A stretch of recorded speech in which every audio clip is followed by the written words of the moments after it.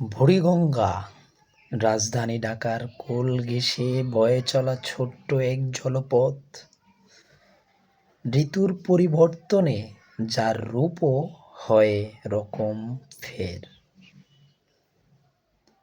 ভরা বর্ষায় এ নদীর পানি যেমন থাকে টলমলে, বর্ষা শেষে তেমনি হয় কালো আর দুর্গন্ধময়।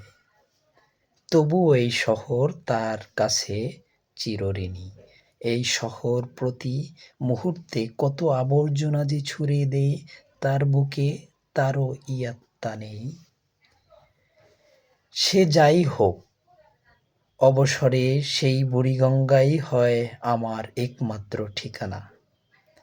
এখনই তেমন কোনো কাজ নেই, তাই আনমনে বসে দেখছি তার নানা রকম রূপ। ওপার হতে ভেসে আসা ছোট ছোট ঢাকাই নৌকা, ইঞ্জিন চালিত নানান ধরনের জলযানের ধাক্কায় সৃষ্ট ঢেউ। যখনই দানবাকৃতির লঞ্চগুলো ধাপিয়ে ফিরছে নদীর বুক চিরে, তখনই খুব দাপটের সাথে তুলনামূলক বড় বড় ঢেউগুলো ধেয়ে আসে নদীর তীরে। এরপর সজোরে আছড়ে পড়ে তীরে পেতে রাখা কংক্রিটের তৈরি ব্লকের বুকে। এরপরে ধীরে ধীরে আবার মিয়েই হয়ে যায় সবগুলো ঢেউ। আবার শান্ত হয়ে আসে ছোট এই নদীর পুরো পরিবেশ। এখানে নিজেকে বেশ সুখী মনে হয় আমার। ভাবছি, নদীর মতো বয়ে চলা ক্ষুদ্র এই জীবনে সব মানুষই তো সুখ খুঁজে ফিরে। প্রতিটা মানুষের মধ্যে যেমন রয়েছে নিজস্বতা, ঠিক তেমনি সবাই সুখ খুঁজলেও তার মধ্যে রয়েছে অনেক অনেক ভিন্নতা। কেউ আজীবন অর্থবিত্তের মাঝে সুখ খোঁজে, চায় কারি কারি টাকা পয়সা, সম্পদের পাহাড়। আবার কেউ কাগজের বুকে কালির দাগ টেনে অমর হওয়ার স্বপ্ন দেখে, এতেই সে সুখী।